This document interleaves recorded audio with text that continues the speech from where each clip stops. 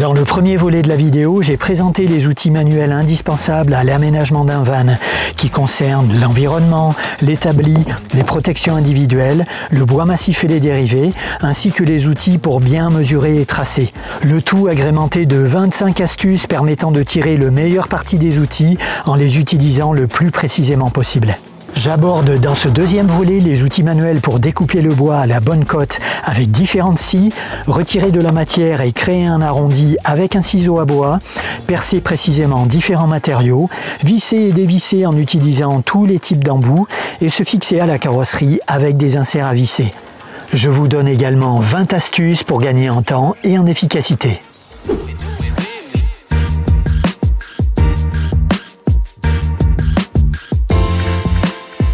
Alors, maintenant qu'on a vu comment mesurer et tracer, on va enfin pouvoir découper du bois. Je vais vous montrer donc ici la liste de tous les outils dont on peut avoir besoin, les outils manuels pour découper. Et on peut se poser la question, pourquoi découper manuellement alors qu'on a plein d'outils électriques qui font ça très bien? Ça peut être déjà pour une raison de maîtrise de l'instrument.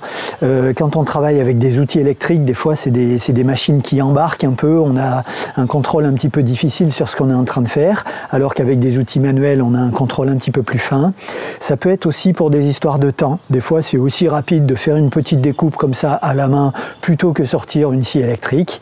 Et la troisième raison, ça peut être pour l'accessibilité. Parce que des fois, on travaille dans des zones, des espaces un petit peu restreints.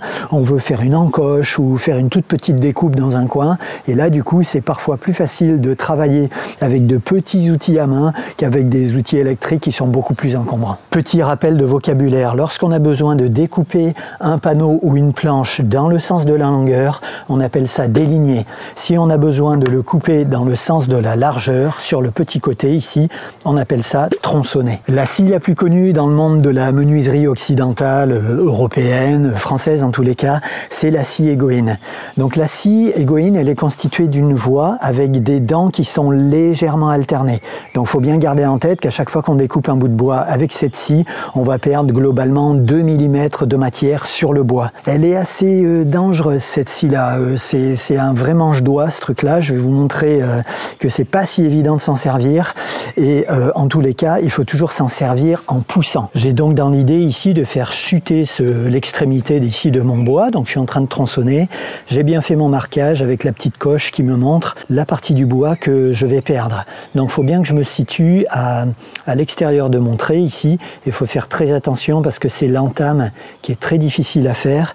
Donc je prévois toujours ma main de la mettre très très loin de la scie parce que ça a tendance à rebondir. Vous voyez que j'ai un petit peu de mal en poussant à créer l'entame. Donc l'entame, c'est ça qui est le plus difficile à faire. Une fois que l'entame est faite, après c'est assez simple, on n'a plus qu'à pousser. Donc il faut bien toujours scier en poussant. Et l'idée, ça va être assez rapidement de faire ce qu'on appelle aplatir la coupe. C'est-à-dire que je vais essayer de mettre ma scie le plus rapidement possible à l'horizontale pour avoir une coupe qui est bien régulière. Et une fois que c'est lancé, après ça va, c'est assez rapide.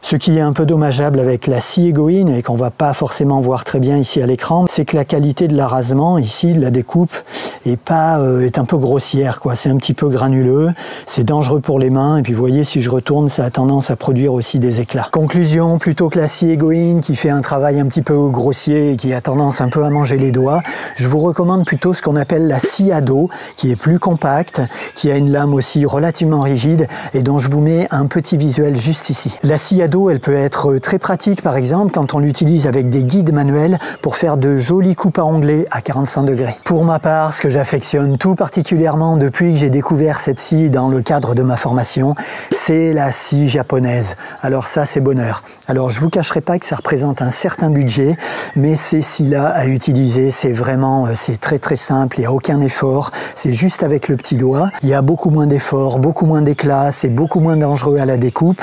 La mienne, elle s'appelle la Tsubasa, mais il en existe de plein de sortes différentes. La denture sur les scies japonaises est bien différente de la scie égoïne où les dents sont alternées. Là, les dents sont droites avec 3 biseaux. Outre son prix, la scie japonaise, elle aurait éventuellement un autre inconvénient qu'il faut tout de même citer, c'est que la lame est souple, mais vraiment très très souple. Mais ça c'est trop bien, on peut même faire de la musique avec. Donc pour les arasements, il faut faire attention de ne pas avoir une coupe qui part sur du circulaire.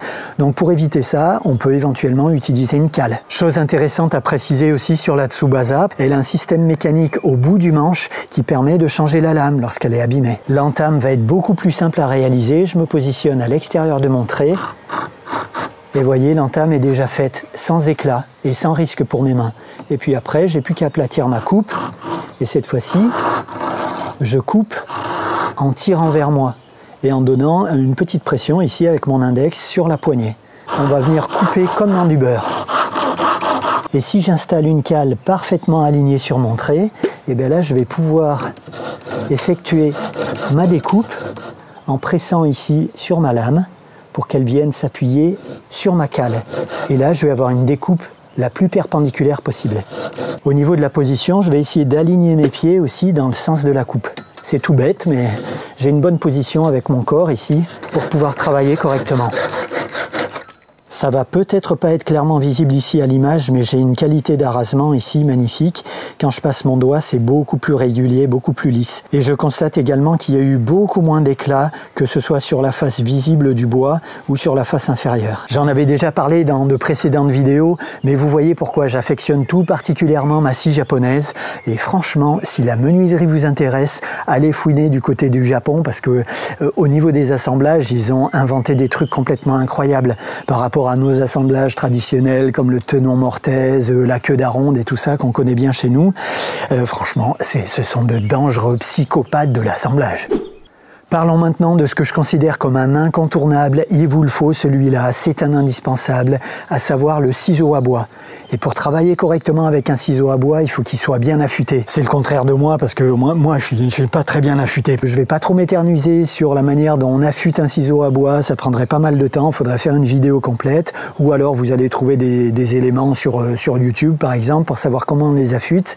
Et moi je vous recommande de le faire à la main, pas avec une meuleuse électrique, parce qu'avec une meuleuse, on fait chauffer le métal et on risque de l'endommager de manière définitive. Le ciseau à bois, on va pouvoir l'utiliser à plat pour retirer des résidus de colle sur des planches par exemple qu'on aurait assemblées par collage pour créer un panneau. On va pouvoir l'utiliser aussi pour lisser le silicone, pour masquer une vis ou bien encore pour retirer de la matière dans du bois, par exemple pour installer une charnière ou une pièce métallique. L'extrémité du ciseau est en bois, donc ce serait pas très judicieux de venir taper dessus avec un marteau traditionnel, ça va l'endommager très rapidement. On va plutôt venir utiliser un maillet en bois qu'on peut acheter dans le commerce ou bien qu'on peut se fabriquer soi-même avec un petit bout de manche et un morceau de bois massif. Bon, le mien en tous les cas, il a bien souffert. Faudrait que je lui prévoie une petite cure de jouvence quand même. Admettons que je souhaite visser cette platine métallique sur mon bout de bois ici.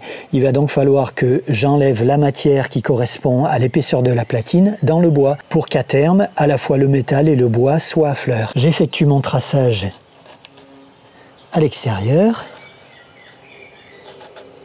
Je peux faire quelques hachures aussi pour expliquer que c'est cette partie-là qui doit chuter, sans oublier bien sûr de tracer ici l'épaisseur du métal. Sachant que la platine fait environ 2 mm d'épaisseur. Petite astuce pour être vraiment très précis sur l'entame avec le ciseau à bois, on peut utiliser un outil tranchant, comme un cutter par exemple, pour pré-marquer l'entame.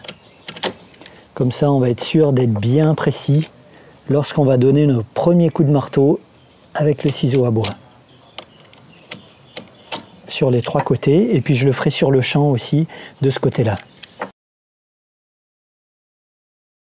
Étant donné que je vais taper au maillet, j'ai bien prévu de serrer ma pièce sur une surface qui est solide et qui ne reste pas de rebondir, au-dessus de mon tréteau par exemple. Je vais effectuer mon entame en orientant le biseau vers l'intérieur de ce que je veux enlever, parce que le biseau il a tendance à repousser la matière. Donc je vais faire ça tout autour. Là je démarre ma découpe. Je le fais tout autour de proche en proche.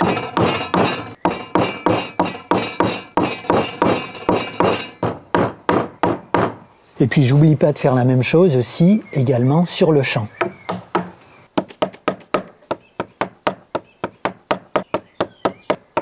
Je vais ensuite venir retourner mon ciseau pour que le biseau soit en contact avec le bois. Et là je vais pouvoir faire mes copeaux. Et retirer progressivement de la matière.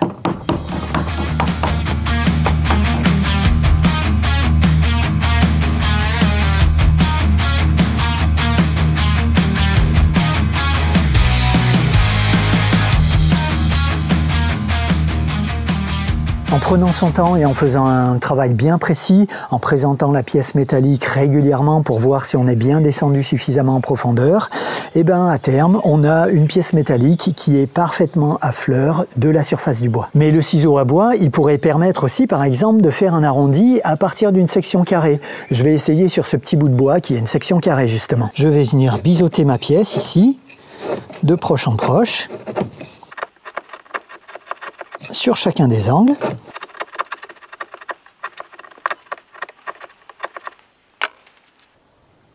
Admettons que j'ai fait un trou malencontreux dans un panneau visible à l'intérieur du van et que j'ai envie de réparer ça, de ne pas laisser ça apparent et de remplir le trou, en gros de réparer mes bêtises. Ben là, on est content de trouver cette petite astuce parce que là, on se mord les doigts. Franchement, quand ça arrive, on se mord les doigts. J'ai plus ici qu'à mettre un petit peu de colle à bois à l'extrémité de la pièce que j'ai biseautée. Voilà, c'est pas la peine d'en mettre trop, j'en mets bien sur tout mon arrondi. Et j'ai plus ensuite qu'à venir insérer ma pièce avec un petit coup de marteau. Ensuite, avec ma scie à dos ou ma scie japonaise, je vais venir tranquillement affleurer. Sans être trop gourmand, je peux prendre légèrement à l'extérieur. Ce qui est bien, c'est que la lame de la scie va se guider sur le plat du panneau. Et ensuite, je vais faire un ponçage ici au grain 100-120. En utilisant les mêmes essences de bois, on va faire quelque chose de quasiment indétectable au doigt et visuellement aussi, si on peint le panneau. En utilisant le ciseau à bois plat, je peux également créer un arrondi sur une arête. Je vais effectuer plusieurs passages en fonction de la valeur de l'arrondi que je souhaite obtenir. Et ensuite, je n'aurai plus qu'à finaliser avec du ponçage. Et au final, j'ai un tout bel arrondi que j'ai réalisé à la main et je peux faire ça par exemple sur l'arête d'un plan de travail. Les ciseaux à bois peuvent s'acheter bien évidemment à l'unité mais plus souvent en coffret en fonction de la largeur de découpe, 6, 10, 15, 20, 25 mm. Dans les outils de découpe, faut pas oublier le bon vieux cutter qui est un incontournable, qui va permettre de couper le papier, de couper le carton aussi. Moi, je sais que j'ai fait beaucoup de gabarits en carton et ça m'a permis de découper les courbes.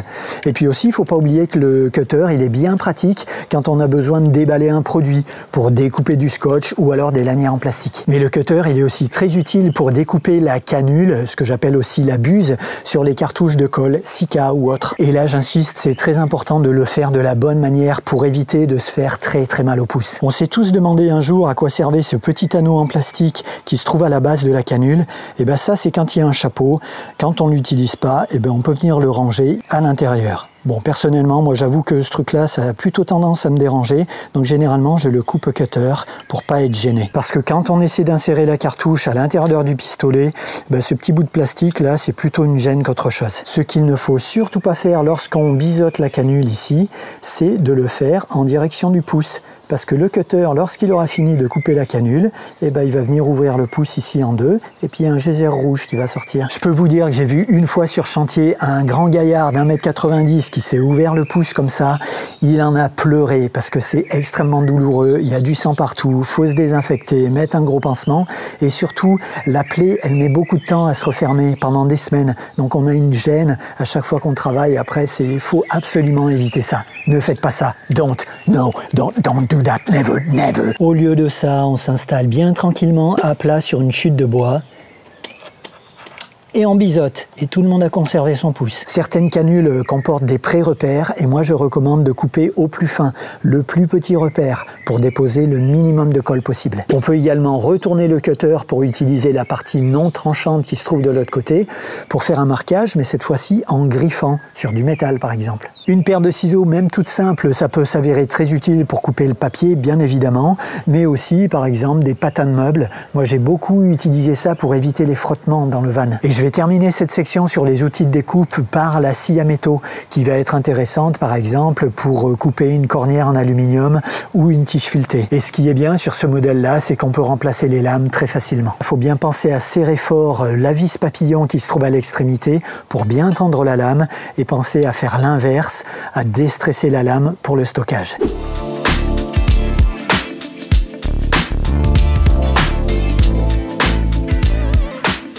rappel très important concernant la visserie, dans le cadre d'un aménagement, on va toujours essayer d'utiliser de la visserie inox. C'est un budget supplémentaire, mais ça nous évite que les vis rouillent.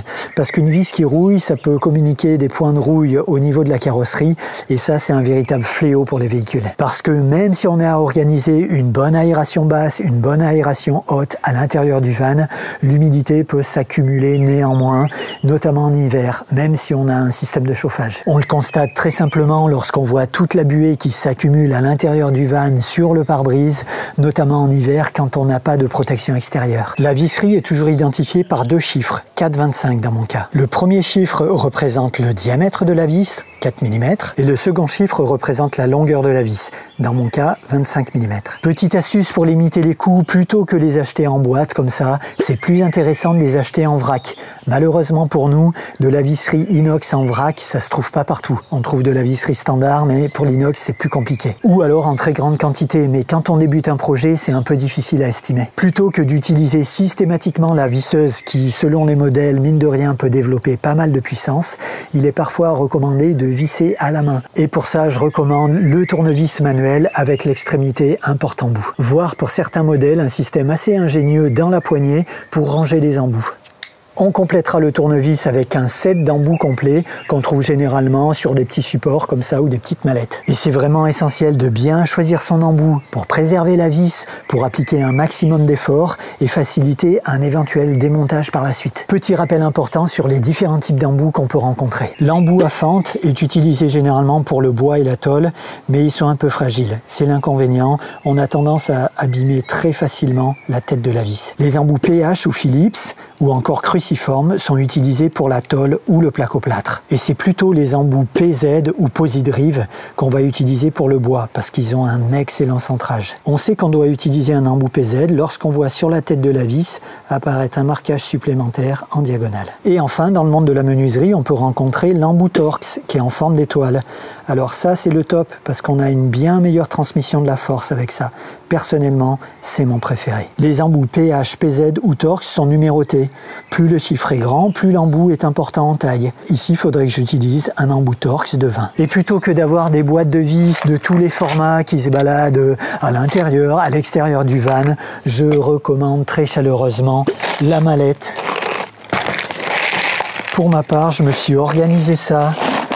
J'ai toute ma visserie là-dedans avec mes tourillons et ça c'est bonheur. Franchement, ça a changé ma vie. Toute ma visserie est organisée ici par longueur croissante à l'intérieur des casiers. Ça c'est vraiment super pratique. Et puis tout en haut ici, j'ai éventuellement organisé mes tourillons de différentes tailles. Certaines fois, on sera obligé de visser à main parce que la visseuse n'aura pas suffisamment d'espace pour se glisser.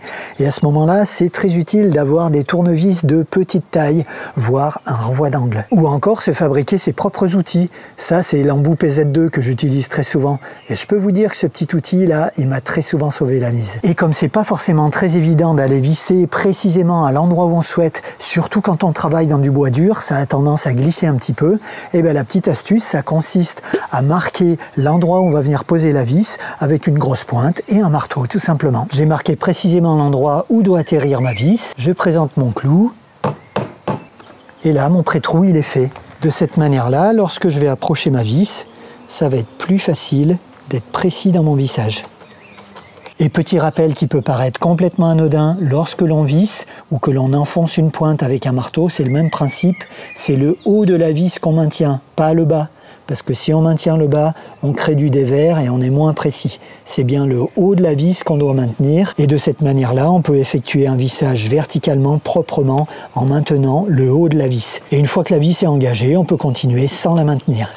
Petite habitude aussi que j'ai prise depuis des années pour réduire les coûts, dès que je fais de la récup, que je récupère une vieille porte, un vieux meuble, etc., je récupère la visserie et je la range dans ma mallette, parce que c'est de la visserie que j'aurais pas acheté par la suite, parce que vous avez dû vous en rendre compte, la visserie ça coûte très très cher. Et pour les éléments un petit peu hétéroclites, que je sais pas vraiment très bien classer, eh bien j'ai ma super petite boîte à bonheur, et je peux vous dire que cette boîte à bonheur, elle m'a sauvé la mise de nombreuses fois et m'a évité des allers-retours en magasin de bricolage. d'affolage. Autre recommandation importante, si on avait besoin de taper sur un caisson de meuble pour un emboîtement, pour le déplacer légèrement, un caisson de meuble qui resterait apparent et définitif à l'intérieur du van, on évite de taper directement sur le bois avec le marteau parce que du coup ça va l'endommager. On va toujours essayer d'intercaler une cale martyre entre le caisson et le marteau parce que celle-là, quand on va taper dessus, on n'aura pas tellement de scrupules à l'endommager. Outil facultatif mais qui dans mon cas était bien utile, c'est la vrille.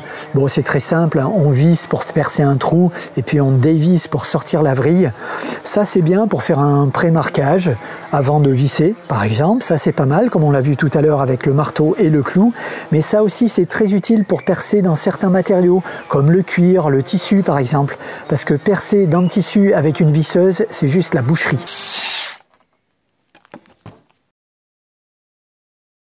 Ce sera très certainement une très bonne idée aussi d'avoir un jeu de clés plates et un jeu de clés à douille. Lorsqu'on entame l'électricité pour visser les fusibles sur leur support, pour visser des écrous sur la batterie principale ou la batterie auxiliaire, mais aussi pour tout ce qui est mécanique dès qu'on commence à mettre les doigts dans le cambouis sous le capot. Sur le modèle de clé à douille que j'utilise, j'ai un petit commutateur sur le dessus ici qui me permet soit de visser, ou si je le tourne dans l'autre sens, soit de dévisser.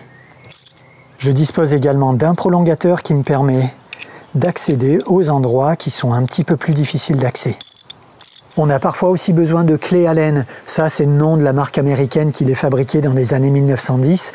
On les appelle aussi des clés à 6 pans, puisqu'il y a 6 faces, ou alors clés hexagonales. On peut en avoir besoin pour la mécanique, pour visser ou dévisser des colliers, par exemple, ou installer certains luminaires. Dans mon cas, je m'en suis servi aussi pour visser des inserts à l'intérieur d'un plateau en chaîne pour fabriquer ma petite table multifonction. Une petite piqûre de rappel est possible juste là, ou alors dans la description de cette vidéo. Pour fixer certains éléments à la carrosserie, notamment des tasseaux, j'ai pour ma part utilisé des inserts à visser, du M6 en l'occurrence, avec la vis correspondante. J'ai présenté toute la marche à suivre dans une précédente vidéo dont le lien apparaît juste ici. Et pour fixer les inserts, il faut une pince spécifique avec différents embouts.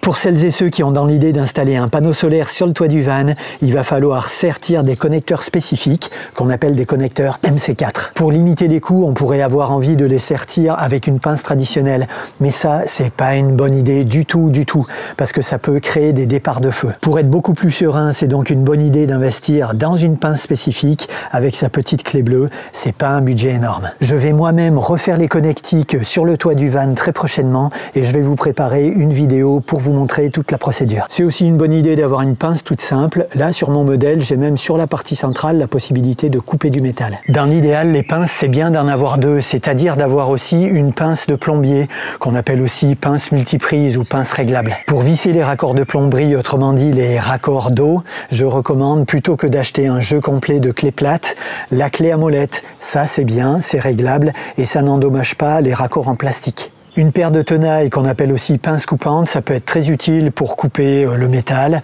mais aussi pour retirer les clous. Et pour ma part, je peux vous dire que j'ai été très contente de la trouver pour enlever tous les clous que j'avais dans les planches de mes boîtes palettes.